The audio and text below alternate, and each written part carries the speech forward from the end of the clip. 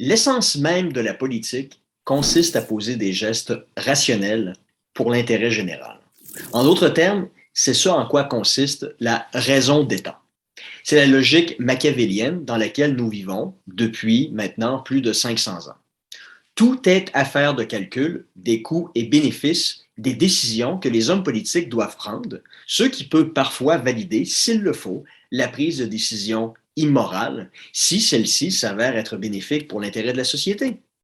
Vous n'aimez pas cette manière de voir les choses? Alors vous cadrez parfaitement bien dans le monde occidental qui a fait le choix d'abandonner cette logique pour revenir à un idéal politique où toute action doit être assujettie à des vertus supérieures, et ce, peu importe leurs conséquences réelles qu'elles auront sur la société. Le meilleur exemple demeure la réaction contre la Russie à la suite de son invasion de l'Ukraine. Offusqué contre cette invasion, l'Occident a fait le choix d'imposer les sanctions les plus sévères à avoir jamais été imposées contre un pays.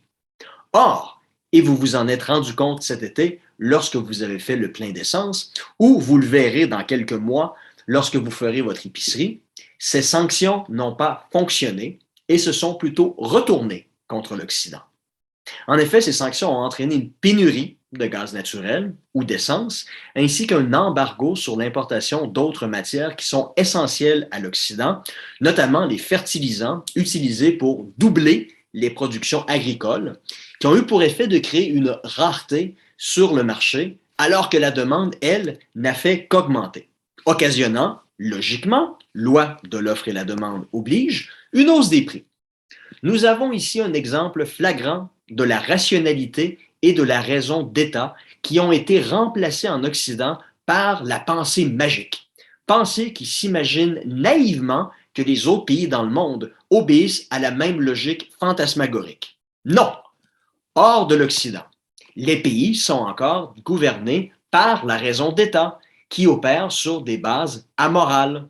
Le fait que nous soyons surpris montre à quel point nous sommes déconnectés de la réalité du monde ailleurs. Car oui, il y a bel et bien un autre monde qui est parallèle au nôtre. Malheureusement, cette subversion de l'imaginaire politique a un prix. D'abord économique. Tout subordonné à des vertus jugées supérieures, que ce soit ici l'environnement, les droits des peuples autochtones, les espèces à protéger et j'en passe, revient à créer une dynamique qui freine tout développement industriel. Le pétrole, mauvais. L'exploitation minière, mauvaise. L'agriculture intensive, mauvaise. Un grand prix de Formule 1, évidemment très mauvais. Tout projet est systématiquement opposé au nom d'un principe bienveillant et je suis persuadé que cela ne vous a pas échappé. Or, non seulement assujettir toute décision politique à ses vertus mine notre développement économique, mais cette logique contribue aussi à nous rendre dépendants d'autrui. Car il faut bien se nourrir et faire fonctionner nos voitures après tout. Et si nous ne pouvons faire cela par nous-mêmes, il faut se fier à d'autres pour nous approvisionner. D'où le dilemme dans lequel l'Occident se trouve présentement. Pendant ce temps, ça se fout de notre gueule à Moscou et à Pékin. Oui, tous ces problèmes seront réglés le jour où nous mangerons tous des graines et ferons fonctionner nos voitures à l'huile de patate ou à l'électricité. Mais ce jour n'est pas encore arrivé, loin de là. Et d'ici là, qui dit dépendance à autrui, dit aussi vulnérabilité à la volonté d'autrui.